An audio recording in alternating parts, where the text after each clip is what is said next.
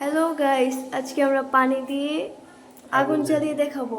এটা আবিষ্কার করেছে আমার আব্বু এবং ছোট ভাই, আর আমি ক্যামেরাম্যান।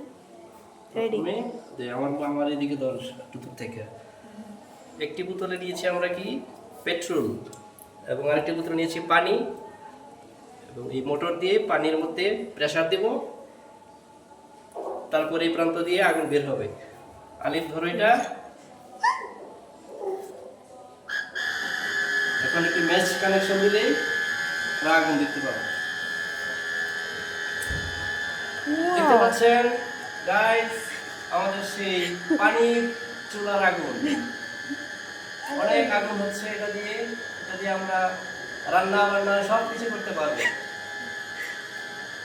এবং আপনি 50 টাকার পেট্রোল দিয়ে 1 মাস রান্না করতে পারবেন। ভাত, মাছ, পোলাও সব কিছু জ্বলবে। এই যে বন্ধ করলাম, দেখতে পাচ্ছেন। আবার জ্বালাবো, ট্রাই করে দেখাবো। এই যে গ্যাসের বিকল্প চুলা, সবাই এটা ট্রাই করে ব্যবহার করতে পারবে বাড়িতে। গ্যাসের সিলিন্ডার দরকার হবে না। আশা করি সবাই বুঝতে পেরেছেন। বিস্তারিত কমেন্ট বক্সে পাবেন। আর কোনো কিছু জানতে চাইলে কমেন্টে জানাবেন।